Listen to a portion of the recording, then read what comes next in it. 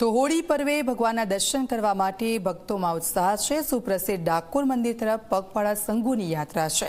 અમદાવાદ સહિત રાજ્યભરમાંથી શ્રદ્ધાળુઓ ત્યાં પહોંચી રહ્યા છે। પગપાળા યાત્રા કરતા લોકો માટે સેવા કેમ્પો કાર્યરત છે। જુદા જુદા સેવા કેમ્પોમાં શ્રદ્ધાળુઓ માટે એક વ્યવસ્થા ગોઠવવામાં આવી છે। જમવા, રહેવા, બેસવા સહિતની વ્યવસ્થાઓ ઊભી કરવામાં આવી છે।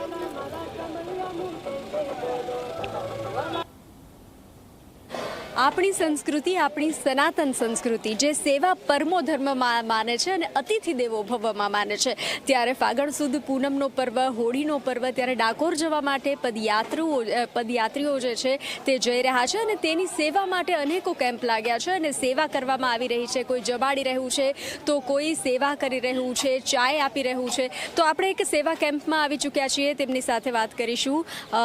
કેટલા સમયથી આ સેવા કેમ્પ ચલાવો છો અને શું સેવા આપો છો? અમારે આ 26મું વર્ષ છે। સતત 24 કલાક ચાલતો અમારો ભંડારો છે।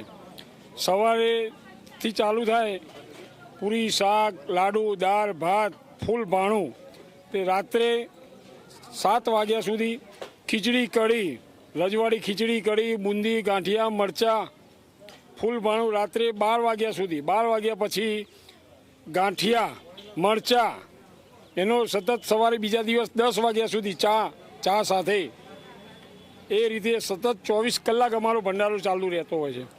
કેટલા દિવસનો હોય છે આ સેવા કેમ્પ? 11થી આજના હોળી દિવસ સુધી, પૂનમ સુધી હોય છે। 3-4 દિવસ।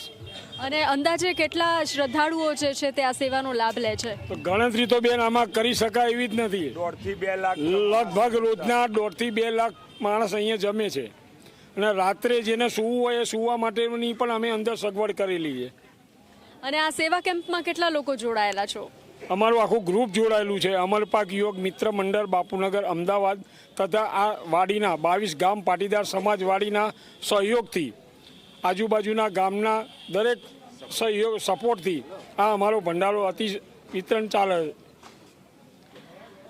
તો સેવા પરમો ધર્મ અને અતિથિ દેવો ભવના એક શ્રદ્ધા, વિશ્વાસ સાથે પદયાત્રીઓની સેવા કરવામાં આવી રહી છે અને પદયાત્રીઓને કોઈ અગવડ ન પડે, કોઈ હેરાન ના થાય તેને લઈ અને કોઈ ભૂખ્યું ના રહે તેને લઈ અને અહીંયા અવિરત સેવા કરવામાં આવી રહી છે। 26 વર્ષથી આ કેમ્પ ચાલી રહ્યો છે અને અનેક લોકો અહીંયા સેવા આપી રહ્યા છે અને દરેક શ્રદ્ધાળુઓ આ સેવાનો લાભ લઈ રહ્યા છે।